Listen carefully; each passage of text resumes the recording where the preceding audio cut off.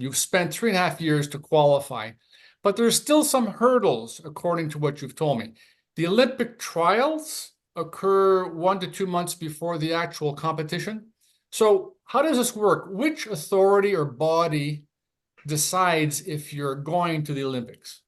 Great question. So typically you've got two standards that are set up for swimming. One's the Canadian Olympic standard, and you've also got the FINA standard. So usually what that requirement entails is one standard is usually top 16 in the world, and the other standard is usually top 8. So it depends on if you've got two athletes that qualify in the same event, and they both qualify under either the FINA standard or the Canadian Olympic standard. So typically the FINA standard is usually a little bit less difficult. So it's usually top 16, and then the Canadian Olympic standard is usually top 8. So if you get, say, for example, you get two athletes, one makes the FINA standard, one makes the Canadian Olympic standard, it comes down to that jurisdiction or that body that decides that if that athlete is going to go or not. So keeping that in mind, right, those are some pretty fast times that you got to qualify to make the Olympics. And then, right, to make sure you guarantee your spot, you got to make sure that you're at least top 8 in the world.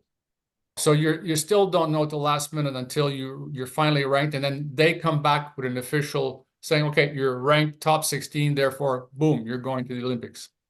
Yeah, that's right. You'll know based on your time which standard you qualified for.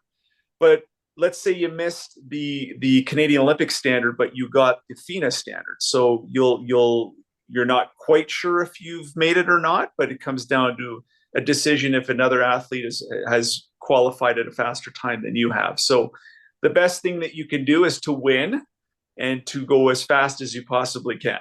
So you keep those two in mind, you're usually fairly safe on both levels. The pressure behind that specific situation and understanding that that's not your first event of the year, right? You've competed internationally.